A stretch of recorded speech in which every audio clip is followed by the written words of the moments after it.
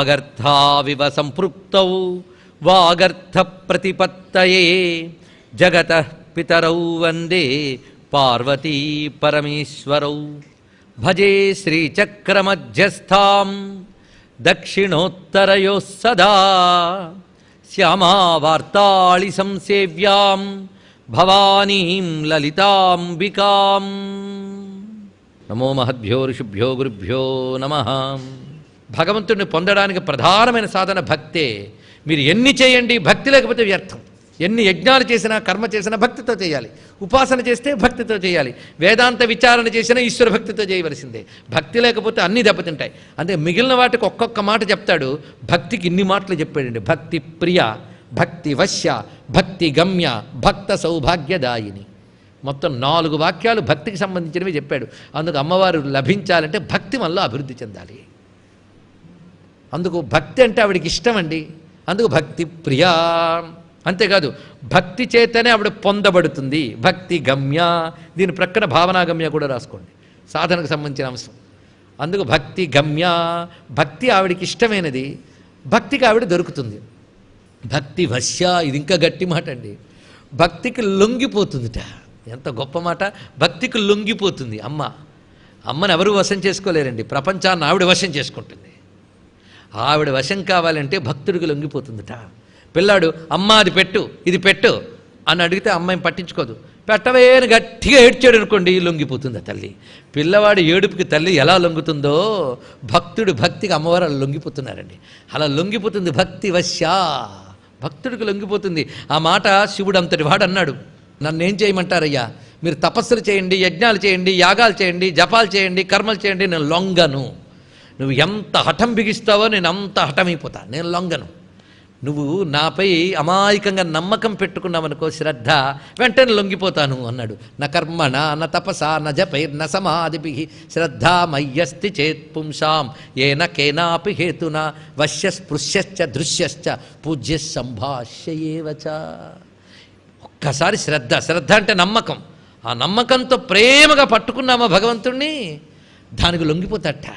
వాడితో మాట్లాడతాడు, వాడితో కబుర్లు చెప్తాడు. ఎన్ని కాదు. అందుకు భక్తి కలిగితే వశ్యమై ఏది చెప్పినా చేస్తట. అందుకే భక్తపరుడైన శ్రీరామ భద్రమూర్తి త్యాగరాజెట్టులాడించి అట్టులాడే అన్నారు విశ్వనాథ వారు. రామచంద్రమూర్తి ప్రపంచాన్ని ఆడిస్తట. అలాంటి రామచంద్రమూర్తిని త్యాగరాజు ఆడించేటండి. లేకపోతే ప్రపంచాన్ని తిప్పే కృష్ణ పరమాత్మని చప్పట్లు కుట్టాడించారు గోపికలు. ఎందుకు? భక్తికి లొంగిపోతాడు. భక్తికి ఏం కావాలన్నా చేస్తారట. ఏమండి, అమ్మవారికి నామరూపాలు ఉండవు కదా, భక్తుల కోసం ధరిస్తారు ఆవిడ. అమ్మవారి నైవేద్యాలన్నీ తింటారా, భక్తుల కోసం తింటారట. బృందావనం వెళ్ళినప్పుడు ఒక యోగి అక్కడ కనబడ్డాడండి. ఆశ్చర్యం. ఆయన గురువుగారి గురించి చెప్తున్నాడు. ఆయన అమ్మవారికి కాళీదేవికి నైవేద్యాలన్నీ పెట్టి మాట్లాడుతూ ఉంటాడట. మంత్రం లేదు, తంత్రం లేదు, నవ్వుతూ మాట్లాడుతూ ఉంటాడు. రామకృష్ణ పరమహంస పుట్టిన నేల నుంచి వచ్చిన యోగి అతను. అంతా ఆయన తర్వాత పెట్టిన నైవేద్యాలు ఒక్కటి ఉండవు. మొత్తం కూర్చుని ఆయనతో కబుర్లు చెప్తూ అమ్మవారు ఆరగించారట. ఇప్పటికి జరుగుతున్న కదా, ఏం చెప్తారో చెప్పండి. ఇక్కడ మనకెందుకయ్యా అమ్మ కనబడట్లేదు? లోపమిదే, లోపమిదే. భక్తి, భక్తి అది ఉంటే ఎంత లొంగిపోతుందన్న దానికి ఆ మాటను ఎంత చక్కగా వశిన్యాది భక్తులు చక్కగా గుద్ది చెప్తున్నారండి. భక్తి ప్రియ, భక్తి వశ్య, భక్తి గమ్య, భక్త సౌభాగ్యదాయిని. అది కావలసిందండి. అందుకు భక్తులకు కావలసిన సౌభాగ్యములు ఇస్తాయి. అమ్మవారిని నమ్మిన వారికి సౌభాగ్యానికి లోటు లేదు. తప్పకుండా తల్లి అనుగ్రహిస్తుంది. ఆ లోటు లేని సౌభాగ్యం కావాలి అంటే నీలో లోటు లేని భక్తి అభివృద్ధి చెందాలి. ఎంత భక్తి చూపిస్తే అంత. సూర్యకాంతి ఉంది, తలుపుకు నువ్వు పెట్టిన రంధ్రం బట్టి నువ్వు ఎంత చూడగలిగితే అంత.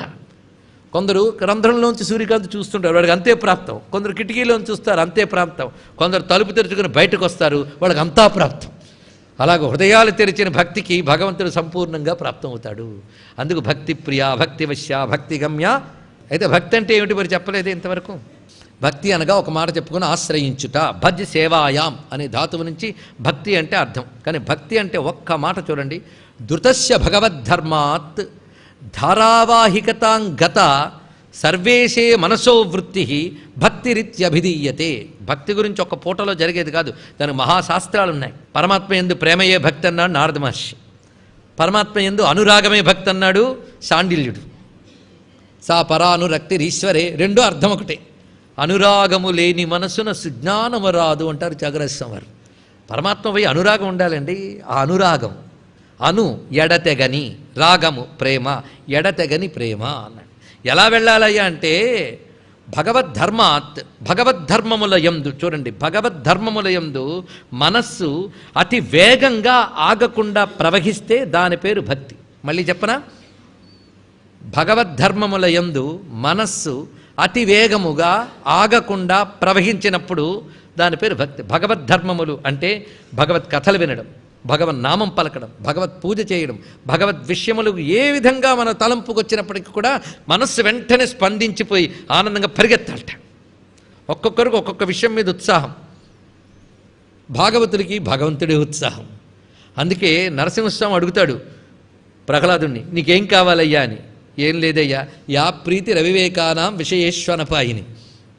అవివేకులకి విషయముల మీద ఎంత ప్రీతి ఉంటుందో నాకు నీపై అంత ప్రీతి ఉంటే చాలయ్యా అన్నాడు. ఎంత బాగా చెప్పాడు చూడండి. ఇటుదాటి తిరిగితే చాలు, కానీ అంత తేలిగ్గా తిరగదు. ప్రపంచం వైపు తిరిగే మనస్సుని పరమాత్మ తిప్పడం మహా కష్టం. పెసరట్టు తిరగేసినంత తేలిక కాదు అది, అది మహా కష్టం. అందుకే ధృతస్య భగవద్ధర్మాధారావాహికత గత సర్వేశే మనసో వృత్తి భక్తిరిత్యభిధీయతే. ఎన్నో నిర్వచనాలున్నా ఇది చాలా సమంజసమని దీన్ని ఎంచుకుని మనం ఇక్కడ చెప్పుకున్నాం. అటువంటి భక్తి కలిగితే అమ్మ వశ్య. ఇక్కడ చెప్పేటప్పుడు మీకు అమ్మవారు అంటే ఏమిటో చెప్పారు, ఆవిడ ఉపాస్య రూపాలు చెప్పారు. దాని ప్రధానమైనది భావన కావాలన్నారు. ఆ భావన భక్తితో చేయాలని చెప్పారు. ఇంత చక్కగా సాధన చూపిస్తున్నారు. అలాంటి భక్తి కలిగితే ఏమొస్తుందండి? భయాపహ. వెంటనే భయాలు పోగొడుతుంది. భయం అంటే దానికి ఎన్ని చెప్పగలం? ఒక్కొక్క సందర్భంలో ఒక్కొక్కటి భయం. 3 రకాల భయాలని చెప్పాడు, ఇంకోటి లేదుట. మన శరీరానికి వచ్చే రోగాలు రష్టుల వల్ల భయం ఒకటి, దీనికి ఆధ్యాత్మిక భయం అని అంటారు. అలాగే పక్కవాడి వల్ల, పురుగు పుట్ర వల్ల, బయట వాటి వల్ల, జీవుల వల్ల వచ్చే భయం అంతా కూడా ఆది భౌతిక భయం. ఇది కాకుండా హఠాత్తుగా భూకంపము, తుఫానో, వరదలో, కుంభవృష్టో ఇలాంటివి కలిగితే అది ఆది దైవిక భయం. ఈ 3 రకాల భయాలు, ఈ 3 రకాల భయాలు పోగొట్టగలిగే శక్తి అమ్మవారికి ఉందండి. అందుకు భయాపహ, ఈ 3 రకాల భయాల్ని పోగొట్టున్నది. గట్టి మాట మరొకటి చెప్తాను. భయం అంటే ఏమిటో వేదం చెప్పింది. ద్వితీయాద్వై భయం భవతి. రెండవ దాని వల్లే భయం కలుగుతుంది అని చెప్పిందండి. అది అవునా లేదా? రెండవది ఉంటేనే భయం. ఒక ఆయన అన్నట్టు, నేనున్నాను, ఏం భయపడకండి, నా భయం అదేనయ్యా అన్నట్టు. వాడు పక్కన వాడు ఉంటేనే భయం. అసలు ఎవరూ లేకపోతే అదే భయం. ఎందుకు? ఎవడో వస్తాడని. అప్పుడు కూడా రెండవ దాని వల్లే భయం. కనుక సృష్టిలో రెండవది ఒకటి ఉండంటేనే భయంట. రెండవది లేదు, ఉన్నది నేనే అంటే ఎంత హాయి ఉంటుందండి. కనుక రెండవది లేదు, ఉన్నది ఒక్క పరమాత్మే అని అంటే ఎంత ధైర్యంగా ఉంటుందో. మరి నీరో నిప్పు అవి కూడా పరమాత్మే. కనుక ఉన్నది ఒకే పరమాత్మ అనుకుంటే వాడు ఎంత ధైర్యంగా ఉంటాడు? ప్రహ్లాదుల్లా ఉంటాడు. అందుకని నీటిలో తోసినా, నిప్పులో పడినా ఏమీ బాధపడలేదు. ఎందుకు? ఉన్నదొక్కడే. నిర్భీకుండు ప్రశస్త భాగవతుడు నిర్వైరి. భయం అనేది లేదండి వారికి. అందుకే దైవీ గుణాల్లో మొదటిదే అభయం, సత్వ సంశుద్ధి. మొదలుపెట్టాడే లేదా భగవద్గీతలో? అభయం అంత గొప్ప విషయం. అభయం అంటే అద్వైతమేవా భయం. ద్వైతభ్రాంతి ఉన్నంతకాలం భయం ఉంటూనే ఉంటుంది. ద్వైతభ్రాంతి తొలగాలి. ఉన్నది ఒకటే పరతత్వం అమ్మ అని తెలియాలి. ఆ స్థితి నీ కలగాలి అంటే అమ్మ దయ ఉండాలి. అమ్మ దయ ఉంటేనే ఈ ద్వైతభ్రాంతిని తొలగించి అద్వైత సిద్ధి అయినటువంటి మోక్ష జ్ఞానాన్ని అనుగ్రహిస్తున్నది. ఇది భయాపహ అనే దానిలో పరమార్థం. అందుకే ప్రద్దానికి 2 అర్థాలు చెప్తున్నాం. వ్యవహారార్థం, ఉపాసనార్థం, పరమార్థం. 3 అర్థాలు ప్రద్దాల్లో ఉన్నాయి. పట్టుకోండి. ఇక్కడ భయాపహ అన్నారు ఇక్కడ. అందుకే అరణ్యే రణే శత్రు మధ్యే ఎక్కడున్నప్పటికీ కూడా అమ్మను ఒక్కసారి తలంచుకుంటే చాలండి. నిజంగా కూడా అది భౌతికంగా కూడా అడవుల్లో వెళ్ళిపోతుంటే ఒక్కసారి అమ్మా అన్నామనుకోండి, వెంటనే కాపాడుతుంది తల్లి. ఆవిడ పని. అందుకే నమస్తే శరణ్యే శివే సానుకంపే, నమస్తే జగత్కారిణే విశ్వవంద్యే, నమస్తే జగద్వ్యాపికే విశ్వమూర్తే, నమస్తే జగత్తారిణీ విశ్వరూపే, నమస్తే జగత్తారిణీ త్రాహి దుర్గే, త్రాహి దుర్గే, త్రాహి దుర్గే. ఆ తల్లిని అలా ఆశ్రయిస్తే అన్ని భయాలు పోగొడుతుంది. అందుకే ఆపది కిం కరణీయం స్మరణీయం చరణకమలమంబాయా తస్మరణం కింకురుతే బ్రహ్మాదీనామపి కింకరీకురుతే. అందుకే అమ్మవారు భయాపహ. శాంభవి శారదారాధ్య శర్వాణి శర్మదాయిని. ఆవిడ శాంభవి. ఇప్పుడు తర్వాత నామం శాంభవి అన్న భవానీ లాంటిదే. శంభుని శక్తి శాంభవి. ఈ మాటలన్నీ గుర్తుపెట్టుకోండి. శివ, భవాని, శాంభవి. ఇప్పుడు వచ్చింది కదా శాంభవి. ఇది చాలా గొప్ప విషయం అండి, శాంభవి స్థితి. భవాని అంటే ఇందాక మనం సహస్రార స్థానంలోంచి అమృత ప్రవాహమే భవాని అన్నాం, జలస్వరూపమని. పట్టుకున్న వాళ్ళు పట్టుకున్నారు కదా. ఇప్పుడు శాంభవి దగ్గరికి రండి. శాంభవి అంటే శంభుని శక్తి. శంభు శబ్దానికి అర్థమే శాంభవికి చెప్పుకోవాలి. శంభు అంటే శుభములు కలిగించువాడు, శుభములకు మూలమైనవాడు, శాంతికి మూలమైనవాడు. శంభు నమ శంభవేచ మయోభవేచ. అందుకు అశంభుని యొక్క శక్తి అంటే అందరికీ సుఖాన్ని, శాంతిని, శుభాన్ని ఇచ్చేది. ఇది అర్థం. సుఖము, శాంతి, శుభము ఇచ్చే తల్లి. అందుకే శాంభవి అంటే చాలు మనకి విషయములన్నింటికి కలిపి శాంభవి విద్య అని పేరు. శాంభవి ఒక విద్య పేరండి ఇది. ఇక్కడ శాంభవి విద్య అంటే సామాన్యం కాదు.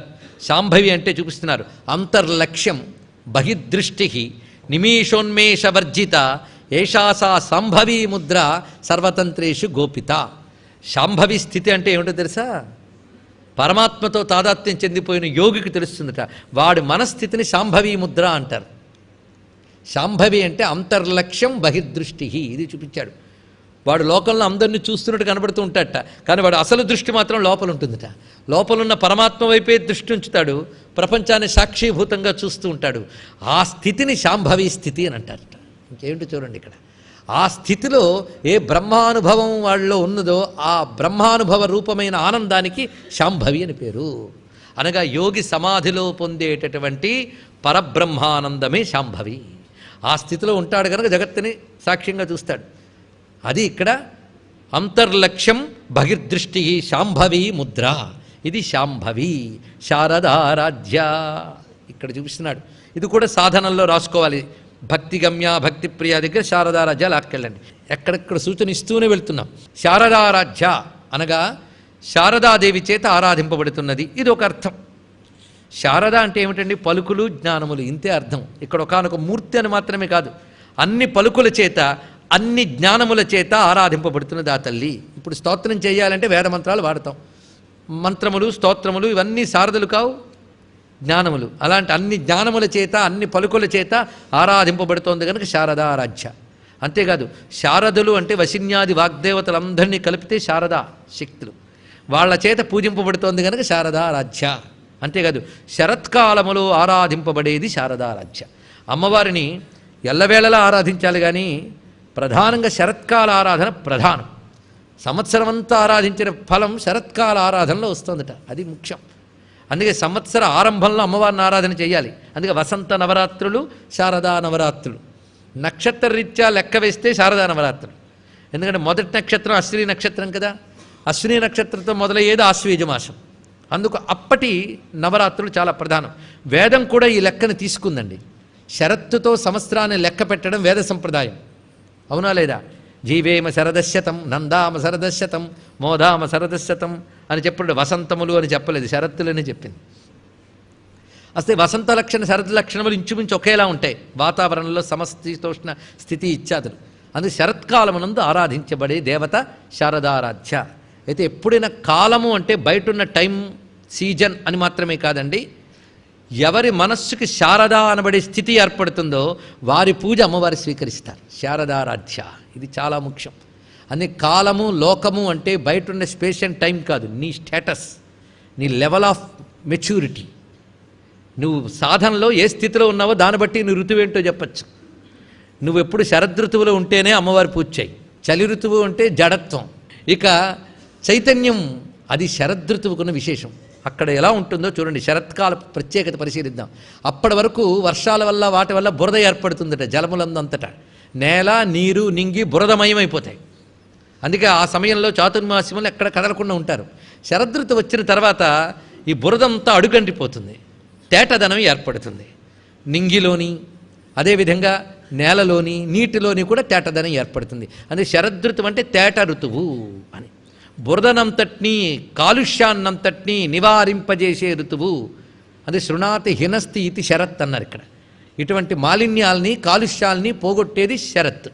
అంటే రజోగుణం, ఇదే బురద అంటే. రజోగుణ తమో గుణాలు కలిసిపోతే బురదటండి. ఆ రెండూ దిగిపోవాలి, అప్పుడు తేటదనం వస్తుందట. ఆ తేటదనం అంటే శుద్ధ సత్వగుణం. అలాంటి శుద్ధ సత్వగుణం, దీన్ని ప్రసన్న భావము అంటారు. కనుక శారద అంటే ప్రసన్న భావము. ప్రసన్న భావం ఎవరికి ఉంటుందో వారి ఆరాధనే సత్యమైన ఆరాధన. వారి ఆరాధన అమ్మవారు అందుకుంటున్నారు. అందుకు అప్రసన్నుడు ఆరాధన చెయ్యరాదు. అప్రసన్నత ఉంటే మానేయండి. అందుకని ఎప్పుడు పూజలు మానేసిందండి ఒక ఆవిడ. కానీ ప్రసన్నత తెచ్చుకునే ప్రయత్నం చేయలేదు. ప్రసన్నత తెచ్చుకోవాలి. ప్రసన్నతా గుణం, దీన్ని ప్రసాద గుణము అని అంటారండి. మన ప్రసాద సౌమ్యత్వం. ఎక్కడిది వాక్యం? భగవద్గీతలో మానసిక తపస్సు అంటే ఏంటో చెప్తున్నాడు. మన ప్రసాద సౌమ్యత్వం. మనస్సు ప్రసన్నతాభావం ఉండాలి, వికారాలు ఉండకూడదు. ఆ ప్రసన్నతాభావమే శరత్, ఆ స్థితి శారద. అలాంటి స్థితిలో ఉన్నవారి చేత ఆరాధింపబడుతుంది కనుక శారదారాధ్య. ఇది దీని యొక్క అసలైన అర్థం. అందుకు శారదారాధ్య. శర్వాణి శర్మదాయిని. ఈవిడ శర్వాణి. శర్వాణి అంటే శర్వుడి భార్య శర్వాణి. శర్వుడు అంటే శివుడు. ఈయన పని ఏమిటయ్యా అంటే శృణాతి సంహార సమయే సంహరిత సంహారీతి సకలా ప్రజా ఇది శర్వ. సర్వ జగత్తుని తనలో లీనం చేసుకునేవాడు శర్వుడు. చూడండి, భవ అంటే జలం, అది అన్నిటిని పోషిస్తున్నది. శర్వ అంటే అన్నిటిని లయం చేస్తున్నది. అందుకే ఇక్కడ శర్వుడు అన్నప్పుడు సర్వమును తనలో లయం చేసుకునేవాడు. అందుకే భూమి యందే పుట్టి భూమి యందే పెరిగి భూమి యందే అన్ని లయమైపోతుంటాయి, అవునా లేదా? అందుకే శర్వుడు అంటే భూమి రూపంలో ఉన్న శివుట్ట. జల రూపంలో ఉన్న శివుణ్ణి భవుడు అంటారు. క్షితి రూపంలో ఉన్న శివుణ్ణి శర్వుడు అంటారు. శర్వాయ క్షితిమూర్తయే నమః. అందుకు ఆ భూరూపంలో ఉన్నటువంటి శివుని యొక్క పత్ని. అందుకు ఈవిడ శర్వాణి. శర్వుని శక్తి శర్వాణి అని. అలాగే శర్వుని భార్య. ఈవిడ పేరేంటో తెలుసా? భవుడి భార్య అయిన భవాని పేరేమని చెప్పాం? ఉషా. ఉషా ఉషా. ఇక్కడ ఈవిడి పేరు చూడండి, సుకేశి. ఈవిడ అష్టమూర్తుల్లో శర్వుడి భార్య పేరు సుకేశి కచ్చతి పత్ని అని వివరిస్తున్నారు ఇక్కడ. అటువంటి ఆ తల్లి శర్వుడి భార్య శర్వాణి అంటే శివునికి అభిన్న శక్తి. ఇప్పుడు శాంభవి, శర్వాణి, భవాని మూడు చూశారు కదా, అలా గుర్తుపెట్టుకోండి. ఈ తల్లి శర్మదాయిని. శర్మము అంటగా సుఖము. శర్మదాయిని అంటే సుఖమును ఇచ్చున్నది. శర్మ అంటే సుఖమని అర్థంట. అంటే ఏ సుఖాన్ని శర్మనాలి అది కూడా తెలియాలి. ఇంద్రియ సుఖములు కాకుండా ఇంద్రియాతీతమైన జ్ఞానానందమును శర్మ అంటారు. జ్ఞానము ద్వారా దొరికే ఆనందమే నాకు ప్రధానము అని ఎవడు జీవిస్తాడో వాడి శర్మ. కొందరికి శర్మ ఉపనామంగా ఉంటుంది కదా చివరికి. దాని అర్థం ఏంటి? శర్మని పెట్టారు ఎప్పుడో ఆ పేరుకి అర్థం తెలుసుకోవాలి. ఏంటి? భౌతిక సుఖాలు నాకు ప్రధానం కాదు, భౌతికంగా సుఖపడ్డము ప్రధానం కాదు, సాధనతో అంతర్గతమైన బ్రహ్మానందమును పొందాలి, ఆ ఆనందమే నా లక్ష్యమని ఎవడైతే ఉన్నాడో, ఆ పరబ్రహ్మ జ్ఞానాన్ని పొందుతూ ఎవడు ఆనందిస్తున్నాడో వాడు శర్మ. అందుకు శర్మము అనగా పరబ్రహ్మానందము, ఇంద్రియాతీతమైనటువంటి జ్ఞానానందము. ఆ జ్ఞానానందము ఇచ్చే తల్లి శర్మదాయిని. ఎవరికి ఇస్తుంది? శర్మలకే ఇవ్వదు, అందరికీ ఇస్తుంది. ఎవరు భక్తులు ఆరాధిస్తారో వాళ్ళందరికీ శర్మదాయిని. శాంకరి. ఆవిడే శాంకరి. శంభుని భార్య శాంభవి, శర్వుని భార్య శర్వాణి, భవుని భార్య భవాని, శంకరుని భార్య శాంకరి. శంకర ఎంత మధురమైన నామం అండి. ఎవరికైతే శుభము సుఖము కావాలని రాసి పెట్టిందో వాడికి శంకరనామం నచ్చుతుంది. శం అంటే శాంతము, సుఖము, శుభము. దానికి మూలమైన వాడు శంభుడు, దాన్ని కలిగించేవాడు శంకరుడు. దానికి మూలం ఆయనట, కలిగించేవాడు ఆయన శంకరుడు. ఆ శంకరుని శక్తి శాంకరి. ఇంకేం కావాలంటే మనకి? శాంకరి అని నమస్కారం చేసుకుంటున్నాం. ఈ శాంకరే ఆ తల్లి శ్రీకరి. మళ్ళీ శాంకరి, శ్రీకరి. శం అంటే సుఖం శాంతి అన్నాం, శ్రీ అంటే ఐశ్వర్యం. ఐశ్వర్యములన్నీ కలిగించే శక్తి శ్రీకరి అని చెప్పబడుతున్నది. అనగా స్త్రీ అనగా లక్ష్మి, అన్ని రకాల లక్ష్ములను ఇచ్చే శక్తి శ్రీకరి. ఇంకేం కావాలి? లలితాదేవి ఉపాసన ఎప్పుడు చేయాలి? ఎప్పుడు ఐశ్వర్యాలు కావాలనిపిస్తుందో అప్పుడే చేయాలి. ఎప్పుడు ఐశ్వర్యాలు అక్కర్లేదనిపిస్తుంది? ఎప్పుడూ కావాలనిపిస్తుంది. కాబట్టి ఎప్పుడూ లలితా శాస్త్రం చేసుకోవాలి. శాంకరి శ్రీకరి సాధ్వి శరచంద్ర నిభానన.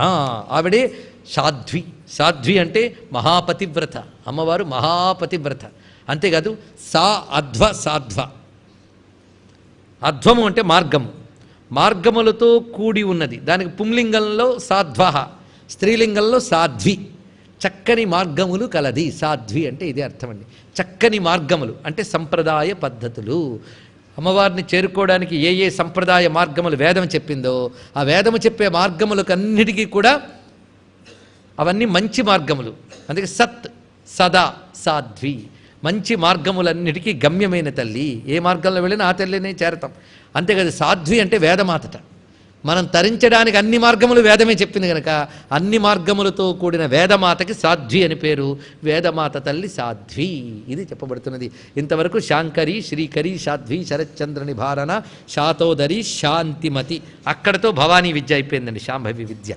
ఇక్కడ మనం గమనించుకోవాల్సిన అందమైన అంశములు భవాని, శర్వాణి, శాంభవి, శాంకరి, ఇవన్నీ కూడా శివుని యొక్క శక్తి అని ప్రతిపాదన చేస్తూ వచ్చాయి. ఇదంతా ఉమా, గౌరీ, భవాని అని చెప్పబడే అమ్మయే లలితాదేవి. ఈ భవానీదేవిని ఆరాధిస్తే ఫలితాలేమిటి?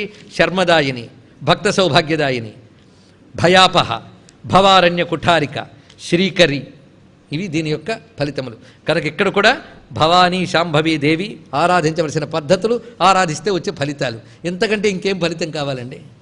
అందుకు ఈ భవానీ విద్యను ఆవిష్కరిస్తున్నారు. సాధ్వి వరకు వచ్చాం. ఆ సాధ్వికి నమస్కారం చేసుకుని ఇంకా 3 నామాలతో భవానీ విద్య అవుతుందో రేపు మనం చెప్పుకుందాం.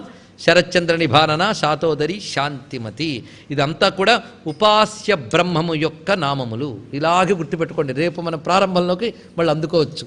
ఉపాస్య బ్రహ్మము అంటే ఆ బ్రహ్మమును అమ్మా అని ఈ విధంగా ఉపాసిస్తే ఆ తల్లి మనకిచ్చే ఫలితములు ఇవన్నీ కూడా. ఇప్పటి వరకు ఉపాస్య బ్రహ్మం చెప్పబడింది, అనగా సగుణ బ్రహ్మము చెప్పబడింది. అమ్మవారు సగుణ బ్రహ్మ రూపిణిగా చెప్పబడ్డారు. రేపు నిర్గుణ బ్రహ్మము, జ్ఞేయ బ్రహ్మముగా ప్రతిపాదింపబడతారు.